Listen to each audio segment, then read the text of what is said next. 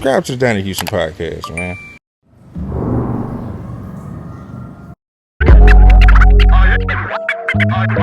Yeah, man, it's going down. It's Donnie Houston podcast. I am Donnie Houston. Check it out, man.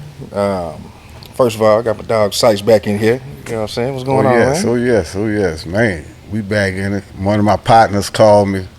Goonie, he called me my glass man. You heard me? He called me, was like, say, bro, you gotta do such and such. And I was like, you know what? He was already on my list, but we can make that happen ASAP. You know what I'm saying? So I say, you know what? Donnie gonna like this one. Yeah, for sure, man. We got him in here. Listen, the man said he's responsible for gangster rap in New Orleans, man. You know what I'm saying? That's enough right there to let you know. You know what I'm saying? Y'all finna get a good one right now, man. Listen, representing the Mobo camp, Mobo Joe. What's going down, man? Oh, the legendary Mobo Joe, man. I appreciate y'all having me. And I stand on that, you know what I'm saying? Because the people give me the pioneer of New Orleans gangster rap. And as we go, I'm going to break down the dates and the reason why they give me that and what I was doing back in 91, 92, 93 through New Orleans, Houston, ATL. I got to take my time to give a big thanks to H-Town because hands down, I'm certified to say this. Without H-Town, New Orleans local music would not made it that far. That's real talk. I stand on that because I was out here in the 80s. I know this. Man, that's real. That's real. Well, let's just go back, man. You talking about going early, man. Early New Orleans, bro. Talk about before you create the label. You know what I'm saying? Coming up Westbank. All right. Well, I came up, and I just say this here. I came up on the Westbank. I came up. People on the Eastbank kind of always say the Westbank country. It's crazy because where I grew up in the woods. I got an album called Straight Out the Woods. It was country. But I always try to give props to and I don't like to say hood because I was raised in a village, right? I was raised by rich black men that was teaching. You know what I'm saying? My village where I was raised at, you had a mother and a father in every household. And I want to kind of bring this out because I was 30-something years ago, but now I'm this person, right? So when I left, when my dad passed when I was like about 15, 16, and that's when I wound up moving to the hood, which was the Desire Project, right? This is all in the Westbank. No, the Desire Project. The Desire Project is the Eastbank. You know what I'm saying? Okay, tell me this, because when we say, because I've heard people say like the East, is that Eastbank? What is the East? All right, when you talk about Eastbank, Westbank, you talking about the Mississippi River Bridge, right? I stood on the west bank of the water. You know what I'm saying? Like y'all got north side, south side, West Bank, East Bank, the water, the Mississippi River. But when people say the East, they talking about East They're Bank. talking about when you say East Bank, East. or you can say, all right, it's They're two talking things about now. The part of the East is part of New Orleans. They have the East. That's part of the East Bank. It's the East of the East Bank. It's in the East. Yeah, it's like the East Bank. That's uptown, downtown, everything. New Orleans East is like another neighborhood. Once you get out there, you're in Slidell. You know what I'm saying? Yeah. Once you get past Michoud and all that, so you got the East Bank, the West Bank. When they say East Bank, West Bank, when they're saying country, it's the people on the East Bank because the way we was living and it was different. You know what I'm saying? But for me, I was able, like I say, I moved to the Desire Project like 85, 84, which, if you do your homework, was the worst project in the world. Cabrini Green at this time wasn't bad to Desire Project. You know what I'm saying?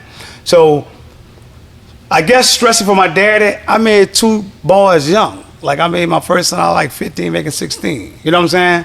So my life was a lot, different. But I seen the difference between a village and the hood. I seen a difference. I seen love in the project. I seen the love. New Orleans, like they try to give us this crab in a bucket, all this type stuff, but it's a love place. You know what I'm saying? So I was able to see a lot of more things. Like for me, I've been thugging a long time because of some reason. I had a car at 15, I had a license at 15. So you were already in the streets by the time you had the kid and was doing... Right around that time, it all just boom. It just happened. You know what I'm saying? I got my license. Cause like I can tell precisely, like I remember the Superdome dance. Yeah, the 808 drum machine. I remember the Mr. Auditorium. I remember the WYD talent shows. Yeah. You know what I'm saying? I remember Slick Leo under the bridge. Yes, sir. Also, I remember Man and Fresh, Gregory D, Sporty T. Yes. I was in this project, the coach y'all, DJ Carrier. See, I remember all this. Yeah. So a lot of people can't go this far back. But I'm a Westbank moving, I'm moving where I'm on. I'm doing all this. So I'm seeing all this, right? At the era how I get to Houston, my friend, I came here in 67, he came here in 57. That's who I ran with. He was 10 years older than me. At that time, it was the freebasing era, right? All right? So they was getting caught up in that. I'm 10 years younger. His brother moved to Houston, running from the freebasing era, right? So that's how I started coming to Houston and started crossing state lines, going to Houston, going to Atlanta. I can say a lot of stories when I get to podcasts in Atlanta. I'll say certain things about Atlanta, but that's how I knew Houston. So I started coming a lot following the Saints and stuff like that. I got a kinfolk, which he's not my cousin, but we call each other kinfolk. That's a Houston thing. He was a fifth wall, straight out the nickel. That's who I grew with. At this time, I'm in the streets, but I'm not selling drugs.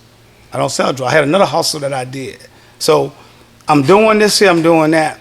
Like 89, stuff like that, the drug scene started coming, but I'm in Houston. You know was it because in Houston before a lot of our guys were selling drugs, they were stealing cars. Was that y'all's thing or that wasn't? No, I wasn't. I was big. I used to do burglaries, business burglaries. I'm a truck driver. I used to hijack stuff like that. I used to make $30,000 to $40,000 in the 80s, started doing that. You know what I'm saying? Not selling dope. I done been to Miami. I went to the Super Bowl in '89. Joe Roberts Stadium of my own dime in '89. No dope money. Cash money. Me and this guy, Kenny Ray. So y'all just knowing like, okay, it's a load coming in, whatever. Well, I was raised by rich black men in my neighborhood, and the older ones, like my dad and them, they didn't use drugs or sell drugs. They all had businesses and stuff like that. But my brothers, the ones that was in the 50s, they used to do the crooked stuff, and they taught me the crooked stuff. You know what I'm saying? Go ahead, Sype. You know what I'm saying? They taught me. You know, I had a truck in '88. You know what I'm saying? I got a trucking business right now. I know how to stick gears and work on. I'm an animal. You know what I'm saying? I mean, I do all that. You know what I'm saying? But, you know, like I say, at this time, I was just able to watch so much. You know what I'm saying? Because the way I had money, the way I was moving. You know what I'm saying? Now, let's move to my music career. All right? Donnie Houston.